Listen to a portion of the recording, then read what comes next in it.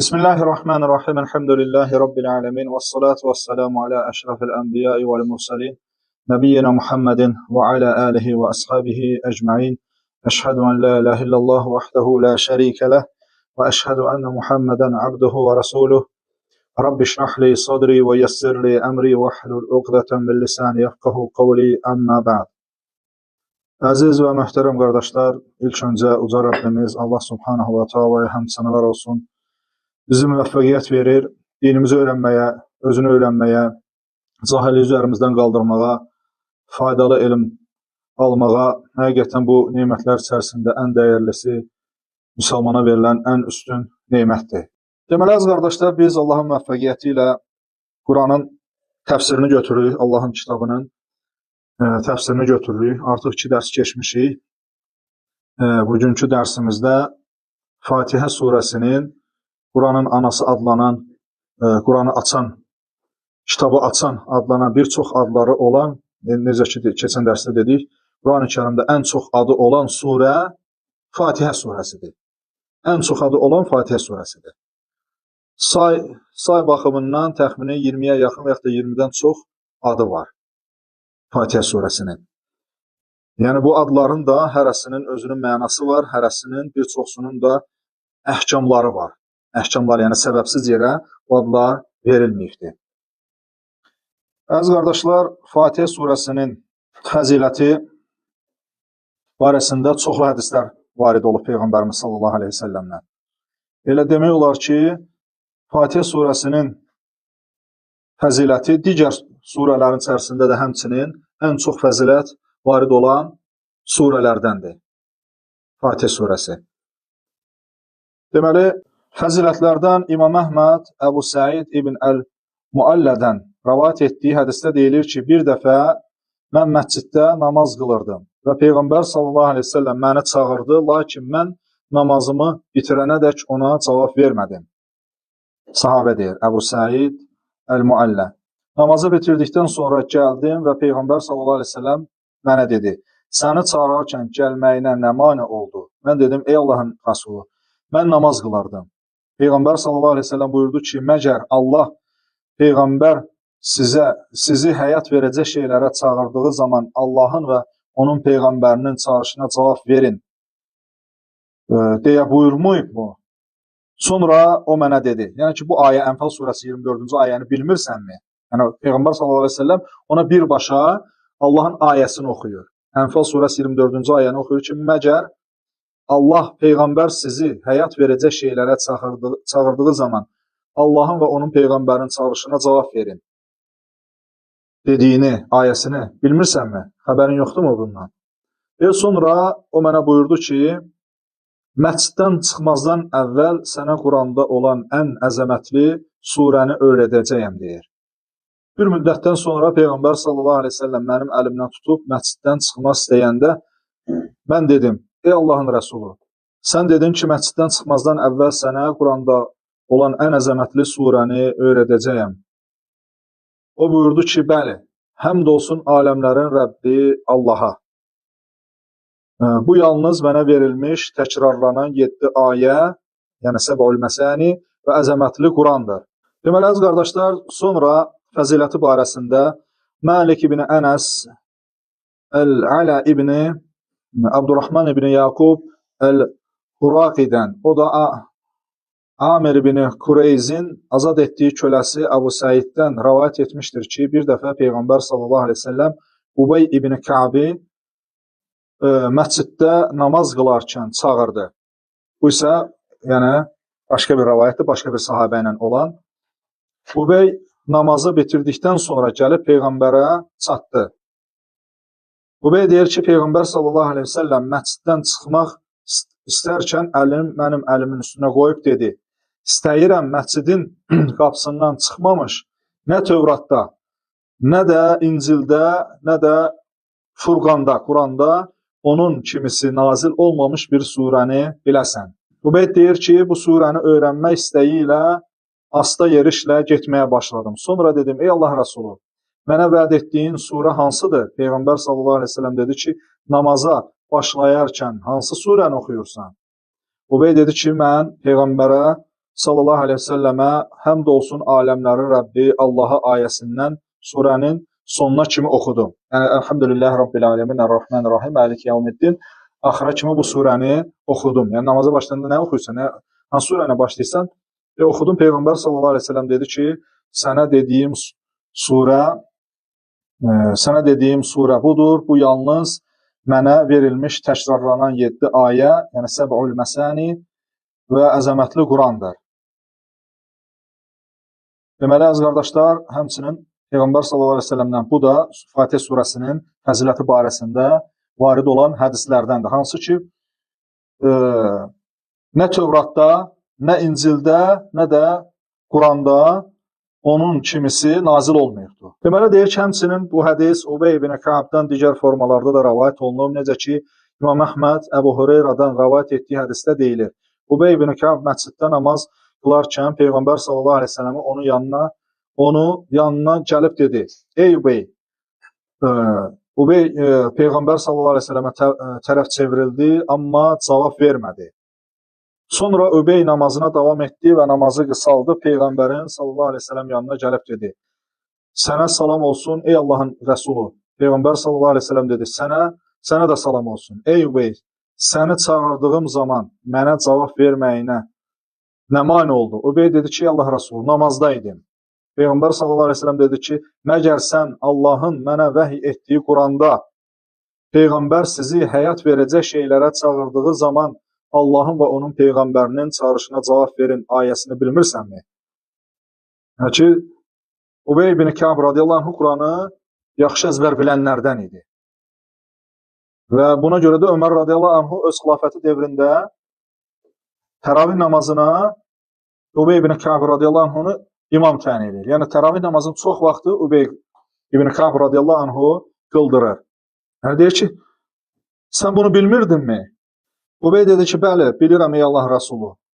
Bir də belə etmərəm deyir. Deyir ki, bilirdim, bir də belə etmərəm. Peyğəmbər sallallahu aleyhi ve selləm dedi ki, istəyirsən sənə elə bir surə öyrədim ki, nə Tövratda, nə Zəburda, nə İncildə, nə də Quranda onun kimisi nazil olmayıb. Burada əlavə Zəbur. Hansı ki, Zəbur kimə nazil olub? Davud aleyhissalam. Nə vaxt nazil olub? Nə vaxt nazil olub? Ramazan ayında. Biz dəfələrcə təkrar Ramazanda çoxlu təkrar demişik ki, hansı ki adları bizə məlum olan bütün kitabların hamısı, hətta İbrahim əleyhissalama nazil olan səhifələr, xüsusi adla gəlməsə də, bu bir kitablar kimi səhifələrdir. İbrahim əleyhissalama nazil olan səhifələr belə Ramazanın ilk gecəsi nazil olan. O birisilər ki var, Tövratdır, Zəburdur, İncildir, ən sonunda nazil olan Qurandır, kitab kimi adı qeyd olunan və adları da var və Peyğəmbərlərə nazil hamısı 4 kitab, o səhifələrdə qeyd etsək 5, onların hamısı Quranı Ramazanda Peyğəmbərlərə nazil olduğu Peyğəmbərlərə nazil olmuşdur. Bunların hamısı Ramazanda, yəni öz devirlərində Ramazan ayı gəlib çatanda Ramazan ayında nazil olmuşdur. Mən bəli Allah Rəsulu dedim, Peyğəmbər sallallahu aleyhi ve sellem buyurdu ki, ümid edirəm ki, bu qapıdan çıxmamış o surəni biləcəksən. Ubey radiyallahu anh deyir ki, Peyğəmbər sallallahu aleyhi ve sellem mənim əlimdən tutaraq söhbət etməyə başladı. Mən söhbətimiz bitməmiş qapıya çatmaqdan qorxduğum üçün asta yeriməyə başladım. Qapıya yaxınlaşdıqda dedim, ey Allahın Rəsulu, mənə vəd etdiyin surə hansıdır? Peyğəmbər sallallahu aleyhi ve sellem dedi, namazda nə oxuyursan? Mən də ona Ummul Quranı oxudum. Ummul Quran, yəni Quranın anası, yəni Fatihə surəsinin adlarındandır. Oxudum. Peyğəmbər sallallahu aleyhi ve sellem dedi ki, canım əlində olan Allaha and olsun ki, Allah nə Tövratda, nə Zəburda, nə İncildə, nə də Quranda onun kimisini nazil etməyib. O təkrarlanan 7 ayədir, deyə Peyğəmbər sallallahu aleyhi ve sellem buyurdu. Bu da həmçinin, əziz qardaşlar, Fatihə surəsinin fəzilətinə dəlalət edən səhih hədislərdəndir. İmam Əhməd Abdullah ibn Cabir radiyallahu anhudan rəvayət etdiyi hədisdə bir dəfə Peyğəmbər sallallahu aleyhi ve sellem dəstəmaz alarkən onun yanına gəldim. Kim? Abdullah ibn Cabir radiyallahu anh deyir. Və sənə salam olsun ey Allahın Rəsulu dedim. Peyğəmbər sallallahu aleyhi ve sellem mənə cavab vermədi. Mən bir daha sənə salam olsun ey Allah Rəsulu Dedim, o yenə mənə cavab vermədi. Mən bir daha sənə salam olsun ey Allah Rəsulu dedim və o yenə mənə cavab vermədi. Peyğəmbər sallallahu əleyhi və səlləm gedib evinə daxil oldu. Mən də arxasıca gedərək məscidə daxil oldum. Məyus və qəmgin halda bir tərəfdə oturdum. Peyğəmbər sallallahu əleyhi və səlləm dəstəmazlı halda evindən çıxıb mənim yanıma gəldi və dedi: "Sənə də Allahın salamı və rəhməti olsun. Sənə də Allahın salamı və rəhməti olsun. Sənə də Allahın salamı və rəhməti olsun. Aleykumsalam və rəhmətullah. Aleykumsalam və rəhmətullah. Aleykumsalam və rəhmətullah." Belə. Peyğəmbər sallallahu əleyhi və səlləm o 3 dəfə salam verir, bu da 3 dəfə cavabını qaytarır. Sonra dedi: "Ey Abdullah ibn Cabir, sənə Quranda ən xeyirli surənin hansı olduğunu deyimmi?" Burada ən xeyirli suranın hansı olduğunu deyimmi? Mən bəli ey Allah Rəsulu dedim. Peyğəmbər sallallahu əleyhi və səlləm dedi ki: "Həmd olsun aləmlərin Rəbbi Allaha." Ayəsindən suranın sonuna kimi oxudu. Bu da dəlalət edir ki, əziz qardaşlar, Fatihə surəsinin fəzilətinə. Peyğəmbər sallallahu əleyhi və səlləm deyir ki, ən xeyirli, Quranda ən xeyirli surə deyə bildirir. Həmçinin Fatihə surəsinin fəzilətlərindən Buxari rahimehullah Əbu Səid əl-Xudri radiyallahu anhudan rivayet edir ki, bir dəfə səfərə yola düşmüşdük və bir yerdə dayanmalı olduq. Qonşu qəbilədən bir cariyə gəlib dedi: "Qəbilə başçımızı əqrəb sancmışdı və adamlarımız burada deyirlər. İçərinizdən ruqiyyə oxuya bilən varmı? İçimizdən əvvəl heç vaxt ruqiyyə oxuduğunu bilmədiyimiz biri qalxıb onunla getdi. Qəbilə başçısına ruqiyyə oxudu və o sağaldı. Qəbilə başçısı bunun müqabilində ona 30 qoyun verdi. Qayıtdıqdan sonra ona dedik: sən ruqiyyə oxuya bilirsənmi və ya əvvəllər ruqiyyə oxumusanmı? O xeyr, mən yalnız kitabın anası, yəni Ummul kitabı oxumaqla ruqiyyə etdim dedi. Biz Peyğəmbərin sallallahu əleyhi və səlləm yanına gedib hadisəni ona danışmayınca və ya ondan soruşmayınca heç bir şey etməyin deyə etiraz etdik. Yəni heç bir şey etməyin dedik. Yəni qoyunlara toxunmayın. Mədinəyə gəlib hadisəni Peyğəmbər sallallahu əleyhi və səlləmə danışdıqda o dedi: "Görəsən o haradan bilirdi ki, bu Fatihə surəsi ruqiyyədir. Qoyunları bölüşdürün və özünüzlə yanaşı mənim üçün də bir pay ayırın" deyir. Peyğəmbər sallallahu əleyhi və səlləm belə buyurur.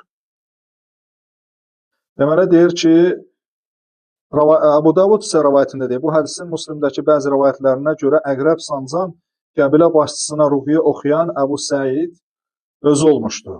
Əbu Səid əl-Xudri radiyallahu anh özü olmuşdu. Ərəblər ilan və ya əqrəb sancan adamı nikbinlik baxımından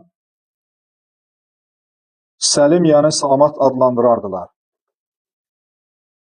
Yəni ki, bu da əziz qardaşlar, biz keçən dərsdən əvvəlkində demişdik ki, Fatihə surəsinin adları barəsində danışanda demişdik ki, Fatihə surəsinin adlarından da birisi nədir? Surətur Ruqiyyə, Ruqiyyə surəsi olması.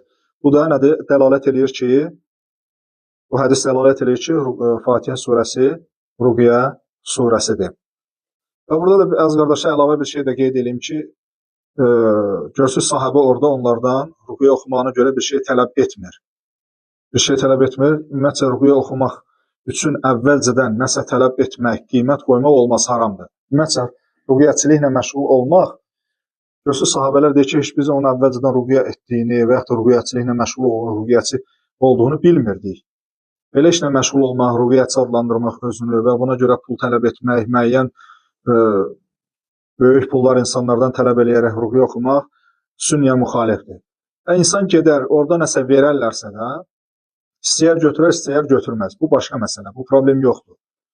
Amma əvvəlcədən desin ki, gətir filan qədər böyük pulları tələb etsin, bu olmaz. Bu həmçində ixlasa da xələl gətirir, ixlasın əksidir, həmçində başqa problemli, şərli yollara da qapı açır.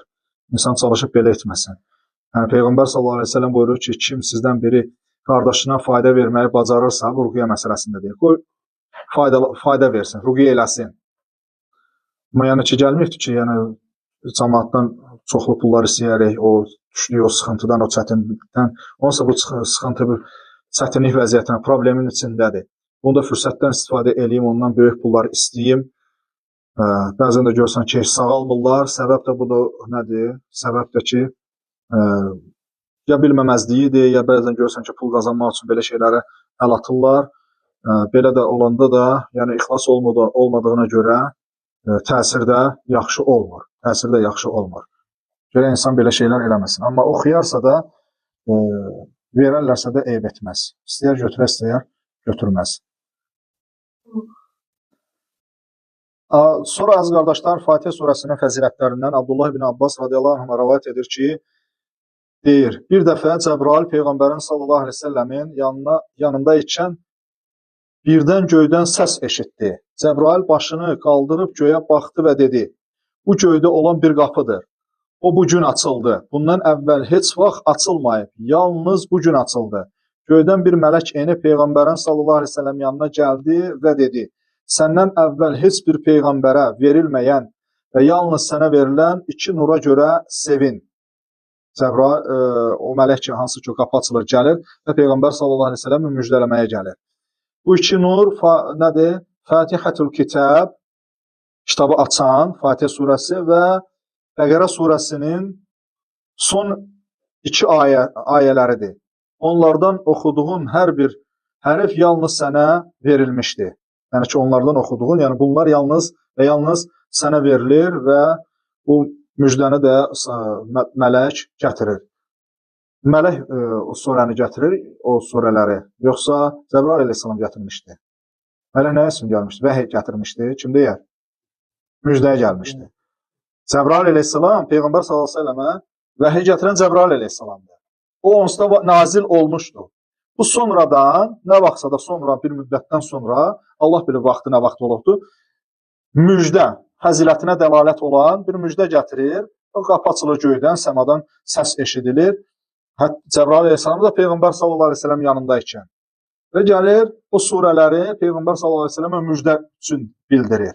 Bu da həm o surənin, Fatihənin, bizim mövzumuza aid olan, həmçində Bəqərə surəsinin son iki ayəsi ki var, hansı ki, Əmənə Rasul deyirik, o surələrini müjdəli olaraq Peyğəmbər sallallahu əleyhi və səlləmə bildirmişdir və Peyğəmbər sallallahu əleyhi və səlləm o iki ayə barəsində deyir ki, kim yatmazdan əvvəl, Əli radiyallahu anhudan gələn hədisdə deyir ki, kim yatmazdan əvvəl Bəqərə surəsinin son iki ayəsini oxuyarsa, o ona kifayət eləyər. O iki ayə ona kifayət eləyər. Kifayət eləyər, qoruyar, yəni gecə namazını qılmaqda kifayət eləyər, gecə zikirlərinə görə kifayət eləyər, hər şeyə əhatəlidir. Onun daxilində hər şey var, yəni ki, sən oxuyursansa da sənə, yəni ki, birdən o başqalarını oxumasan belə, unutsan, yəni yorğun olsan, xəstə olsan, bir dənə bunu oxusan, onlara görə sənə kifayət eləyər. Elə bir ki, gecə namazını qılmayacaqsan və yaxud da qıla bilməyəcəksən, o sən oxuduğuna görə o elə bir gecə namazı kimi də sənə kifayət eləyir. Bu da onun nədir, əziz qardaşlar, fəzilətinə dəlalət eləyir. İmam Müslim Əbu Hüreyrə radiyallahu anhudan rəvayət etdiyi hədisində Peyğəmbər sallallahu aleyhi ve sellem demişdir ki, namaz qılarkən Fatihə surəsini oxumayanın namazı naqisdir. Bunu 3 dəfə təkrar etdi, yəni tam deyil. Əbu Hüreyrədən soruşdular, biz səsli namazlarda imamın arxasında olarkən nə edək? O dedi ki, öz-özünə oxu. Həqiqətən mən Peyğəmbərin sallallahu aleyhi ve sellem belə dediyini eşitmişəm. Uca Allah buyurur, mən namazı özümlə qulum arasında iki qismə böldüm. Mən namazı qulumla özüm arasında iki qismə böldüm. Yarısı mənim, yarısı isə onundur. Qulum dilədiyini alacaqdır. Qul elhamdülillahi rabbil alemin. Yəni, həmd olsun aləmlərin Rəbbi Allaha dedikdə, Allah qulum mənə həmd sana ilə təsdiq etdi, deyir. O Ər-Rahman-Ər-Rahim dedikdə, Allah qulum məni təriflədi, deyir. O Maliki Yevmiddin, yəni haqq hesab gününün sahibi və yaxud da hökümdarına dedikdə Allah qulum məni mədh etdi, yəni təriflədi və ya mənə arxayın oldu, deyir.